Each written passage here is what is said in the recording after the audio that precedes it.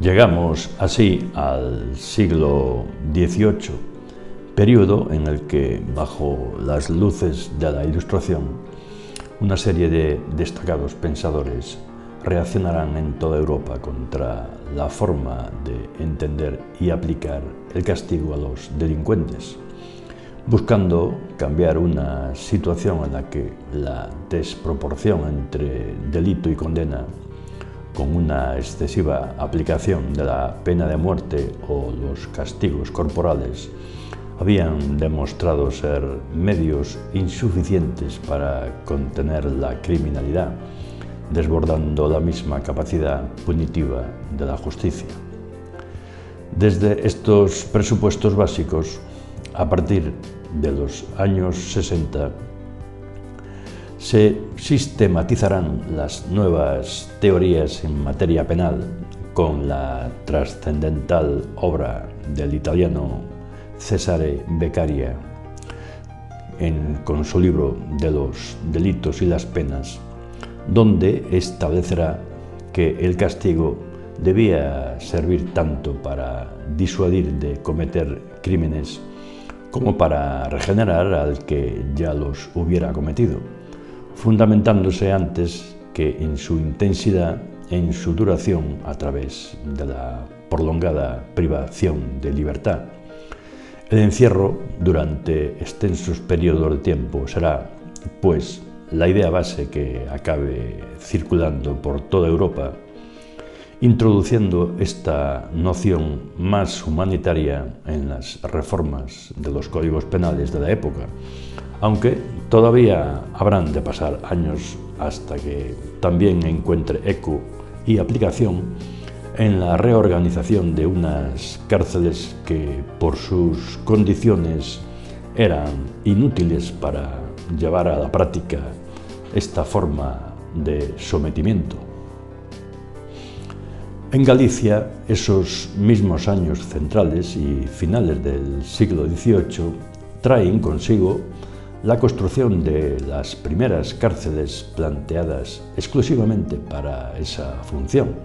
pero ahora ya con un sentido representativo y una imagen arquitectónica a la altura de las mejores realizaciones edilicias, culminando así la revolución hacia su dignificación urbana que habíamos visto arrancar del Renacimiento y el Barroco. Por ello,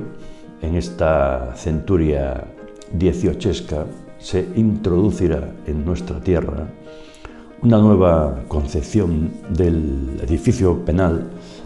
al proyectarse por iniciativa regia en A Coruña o Ferrol cárceles de nueva planta, especializadas y organizadas interiormente para hacer frente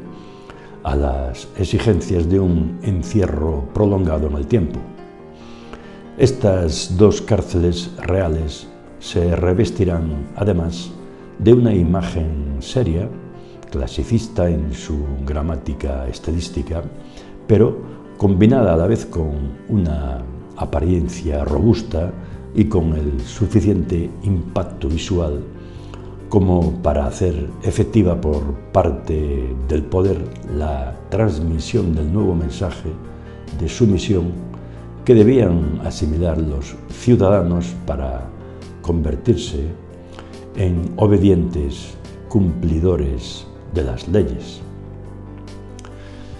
La cárcel real de A Coruña se levantó entre 1753 y 1760, con planos del ingeniero militar Miguel Marín, corregidos finalmente por Antonio Gaber en 1758. Estaba situada en la Ciudad Vieja, a espaldas del palacio también dieciochesco que albergaba al capitán general y a la Audiencia del Reino,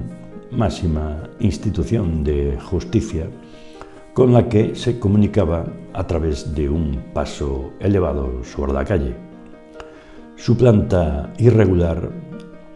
dietada en la parte posterior por la adaptación a la ribera marítima, dejaba en el interior espacio para un patio trapezoidal al que se abrían en las dos primeras plantas los calabozos masculinos y una capilla, situándose encima las habitaciones del alcaide y celdas de mujeres. El gran escudo real de su fachada principal era el único recurso enfatizador de un edificio que, por lo demás, se resolvía externamente sin grandes pretensiones, con un reparto simétrico de vanos recercados en sillería entre pisos separados por dos líneas de imposta y una colocación también simétrica de dos puertas de entrada hacia los extremos, una de las cuales era simplemente de adorno. En cuanto a Ferrol, entre 1765 y 1770, como parte integrante de las obras del Arsenal y siguiendo el plan definitivo de Sánchez-Bor, se había construido dentro del recinto naval un presidio para los condenados que en gran número se ocupaban de las tareas más penosas, como el achique de los diques. Estaba situado entre la tapia del Arsenal y el muro de cierre posterior del edificio de la teneduría y se configuraba como un largo rectángulo con dos pequeños patios interiores con un frente de dos pisos muy sobrio en sus ventanas, portada almohadillada y bandas de piedra. Junto con las cárceles también existentes en los arsenales de Cartagena y La Carraca y los presidios de Ceuta y Orán, integraría la red de penales españoles reservados para los delitos más graves. Más interesante es, sin embargo, la mencionada cárcel pública de Ferrol, ciertamente una obra de gran calidad en su diseño, máxime en relación a los ejemplos examinados hasta ahora. Además, presenta la ventaja de conservarse en la actualidad, si bien muy reformada en su aspecto, por el añadido de dos plantas sobre el inmueble original. De características reseñables era también la desaparecida cárcel eclesiástica y civil de Mondoñedo, construida en los años 50 de la centuria por el obispo Sarmiento y Sotomayor,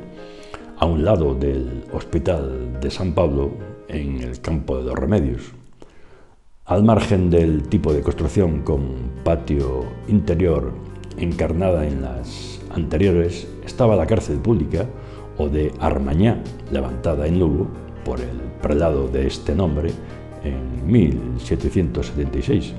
y que Madoff en su diccionario definía como un establecimiento de los mejores de su clase en toda Galicia.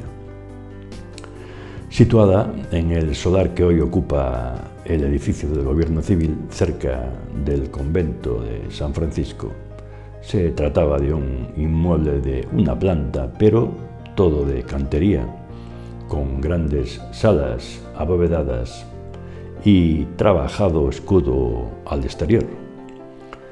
En 1844 se le añadiría un segundo piso, continuado en su uso como cárcel hasta finales del 19,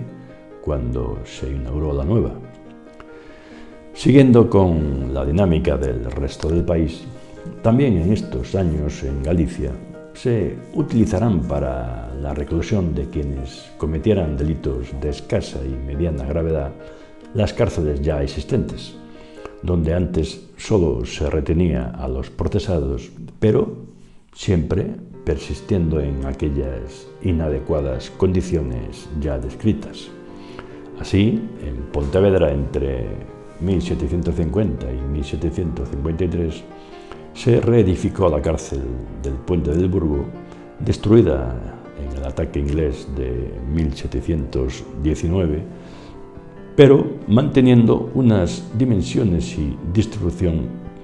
muy similares a la preexistente. Más muestras de la continuidad en el aprovechamiento de edificios de otros usos se encuentran en localidades como Betanzos o Ribadeo. En Betanzos, en el año 1776, se recurrirá a instalar la cárcel de la villa en una vieja casa de 2 pisos y 4 piezas interiores, medieval caserón de Fernán Pérez de Andrade, situado en la calle del Castro, inmueble que conservará esa dedicación hasta principios de nuestro siglo. En Ribadeo, el local elegido fue la antigua Casa Fábrica de Tejidos, construcción dieciochesca, inaugurada en 1775 en la calle de San Roque y camino a Viveiro, pero que años después sería alquilada como almacenes y alojaría el Real Alfolí, la escuela o la propia cárcel de la que estamos hablando. Por último, otra novedad de la centuria residirá en la aparición de casas o establecimientos de corrección donde se encerraba a vagos, mendigos o prostitutas para intentar convertirlos en personas útiles por medio de la realización de algunos trabajos comunitarios. De estas construcciones conocemos la existencia de una casa galera para mujeres en A Coruña, localizada en la calle del mismo nombre, en un caserón residencial con un notable escudo de armas que pertenecía a la familia Freire de Andrade.